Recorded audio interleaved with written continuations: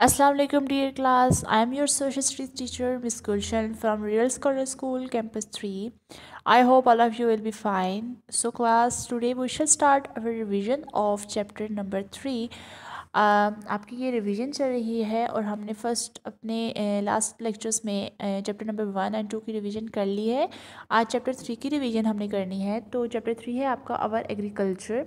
So class first of all आपको ये पता होना चाहिए कि जो पाकिस्तान है वो एक एग्रीकल्चरल कंट्री है। जो हमारा जो कंट्री हमारी कंट्री है वो एक एग्रीकल्चरल कंट्री है, यानी कि यहाँ पर ज़्यादातर जो तादाद है लोगों की वो एग्रीकल्चर से जुड़े हुए हैं। खेती बाड़ी और एग्रीकल्चर का मतलब क्या है, ये ज़रात ठीक है। हमारा जो पेशा है ना वो है ज़रात। और जो ज़रात का मतलब है ये खेती बाड़ी करना, ये फसलें उगाना, फ्रूट्स और ये वेजिटेबल्स वगैरह इन सब को उगाना। ये ज़्यादातर जो हमारी इकॉनमी है पाकिस्तान की, जो मुल्क की मैशत है, इकॉनमी है, जो जिससे मुल्क कमाई कर रहा है, वो उसका भी ज़्यादातर इन्हिसार जो है वो एग्रीकल्चर पर ही है। क्योंकि ये एग्रीकल्चर जो है ना ये हमारा एक कौमी पेशा है, तो इसलिए इस एग्रीकल्चर की बहुत ज़्यादा अहमियत है। सो इसमें भी मुख्तलिफ़ तरह की जो है पार्टीशन होती है एग्रीकल्चर में भी। ये सर्दियों में जो कुछ ऐसी फसलें हैं जो सर्दियों में ज़्यादा अच्छी तरह से उगाई जा सकती हैं और गर्मियों में वो नहीं उगाई जा सकती। कुछ फसलें ऐसी होती हैं जो कि बहुत ज़्यादा जो है गर्मियों में ही उगाई जा सकती हैं, सर्दियों में नहीं उगाई जा सकती। और कुछ फसलें ऐसी हैं जिनको पानी बहुत ज़्यादा चाहिए और कुछ ऐसी फसलें भी हैं जिनको पानी बहुत ही कम मिकदार में चाहिए। तो इसलिए उनके लिए किसी के लिए मौसम सरमा का, किसी लिए मौसम गर्मा का, कि कोई फसलों के लिए, किसी फसल के लिए जो है मौसम बरसात का और किसी फसल के लिए मौसम ख़ज़ां का वेट करना पड़ता है। तो दो मतलब एक होती है कैरिफ क्रॉप्स होती हैं जो कि समर क्रॉप्स कहलाती हैं, और कुछ होती है रबी क्रॉप्स जो कि विंटर क्रॉप्स कहलाती हैं। तो अच्छा, अब कुछ क्रॉप्स ऐसी भी हैं जो कि थ्रू आउट द ईयर्स भी होती हैं, लेकिन वो बहुत ज़्यादा कम होती हैं। और कुछ क्रॉप्स ऐसी हैं जो कि सिर्फ और सिर्फ अपनी सीजनल होती हैं, जो कि अपने सीज़न के अलावा दूसरे सीज़न में नहीं उगाई जा सकती। क्योंकि किसी भी फसल को उगाने के लिए एटमॉस्फेयर बहुत ज़्यादा मैटर करता है। आबो हवा या वेदर कंडीशन बहुत ही ज़्यादा मैटर करती है। इसलिए इन जो मुख्तलिफ़ फसलों को, मुख्तलिफ़ हार्वेस्ट को जो है डिवाइड कर दिया जाता है मुख्तलिफ़ सीजन्स में। तो आपकी एक्सरसाइज देखिए। Question number 1 is why are better crops being sown and harvested. Sown कहते हैं उनको फसल को काटना, हार्वेस्ट कहते हैं फसल को का बीज बोना। तो farmers have started understanding the climate better. अब फार्मर्स जो होते हैं ना, किसान, वो क्लाइमेट को ज़्यादा अच्छे से अंडरस्टैंड करते हैं।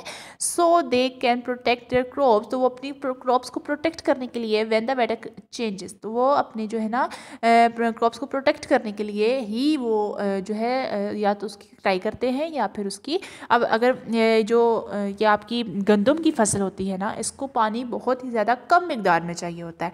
अगर गंदम को पानी ज़्यादा मिकदार में दे दिया जाए तो गंदम ख़राब हो जाती है। तो इसलिए जब भी अगर फार्मर्स को पता चल जाए कि ये बारिश का ये वेदर कंडीशन है और बारिश होने वाली है, तो वो फ़ौरन से अपनी फसलों को काटना शुरू कर देंगे। क्यों काटना शुरू कर देंगे? क्योंकि उनको पता है कि उनकी फसल को अब ख़तरा है। इसी तरह से चावल की जो फसल है उसको बहुत ज़्यादा पानी की ज़रूरत होती है। तो जब फार्मर्स को पता चलेगा कि अब बारिशों की तादाद ज़्यादा होने वाली है, बारिशें तेज़ होने वाली हैं, तो फार्मर्स जल्दी जल्दी से वो जो हार्वेस्ट करना शुरू कर देंगे, किसके बीज को, चावलों की फसल को लगाना शुरू कर देंगे। और जब बारिशें शुरू हो जाएंगी तो वो फसलें खुद ब खुद हरी भरी होना शुरू हो जाएंगी। Next is what are cash crops. तो कैश क्रॉप्स क्या होती है? जिससे हम कमाते हैं। कैश किसे कहते हैं? पैसों को ना। तो जिससे कमाया जाए, जिससे इकॉनमी कमाती है, उसको कैश क्रॉप्स कहते हैं। तो cash crops are grown purely for profit. ये सिर्फ और सिर्फ प्रॉफिट के लिए ग्रोन की जाती हैं। One of the most important cash crop is cotton. Fruit crops are also cash crops. तो फूड की क्रॉप्स यानी कि जो फ्रूट्स वगैरह होते हैं, फल होते हैं, इनकी क्रॉप्स या फिर ये जो कॉटन है, ये बहुत ही ज़्यादा जो है ना ये प्रॉफिट के लिए उगाई जाती है और ये बहुत ज़्यादा अच्छी कैश क्रॉप्स हैं।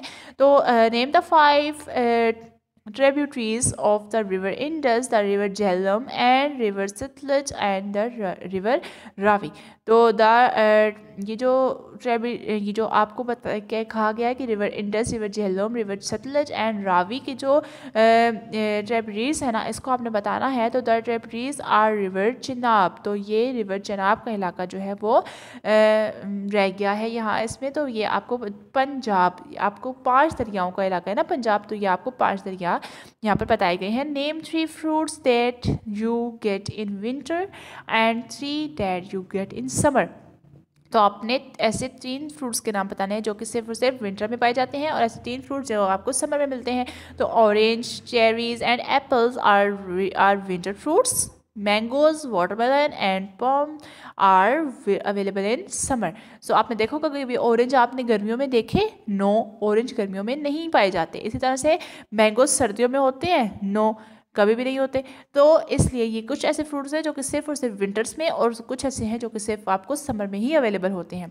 तो नेम 5 कैरिफ एंड 5 रेबी क्रॉप्स। तो अब आपने रेबी क्रॉप्स की बताना है और कैरिफ क्रॉप किससे बताना है। तो the main kharif crops are rice, sugarcane, cotton, maize and millet.